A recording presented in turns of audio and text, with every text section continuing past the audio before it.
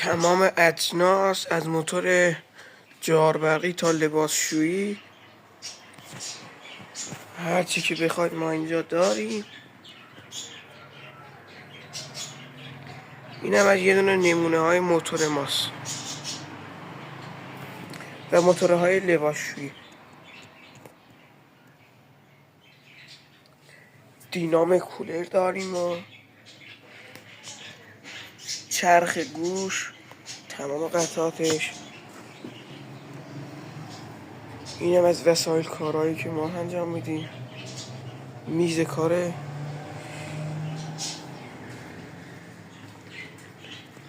تمام قطعات. کیسه جاربرقی، جاربرقی های فروشی، خردکن فروشی، آب میوه گیری و سیم جمع کن. قطعات از تیغه داریم تو همه چی.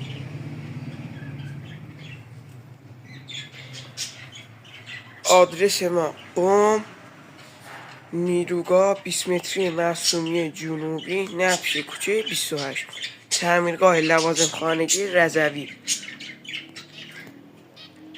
انواع پارچ ها، انواع کلیدا،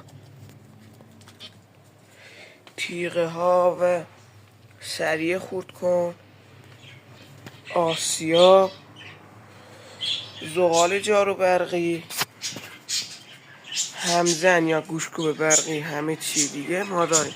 برای فروشی سبزی خردکن‌های فروشی، سیم جارو برقی اینا و چرخ گوشتای فروشی، همه چی اینجا هست.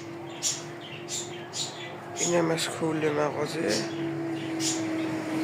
اینم میز مشتری هست.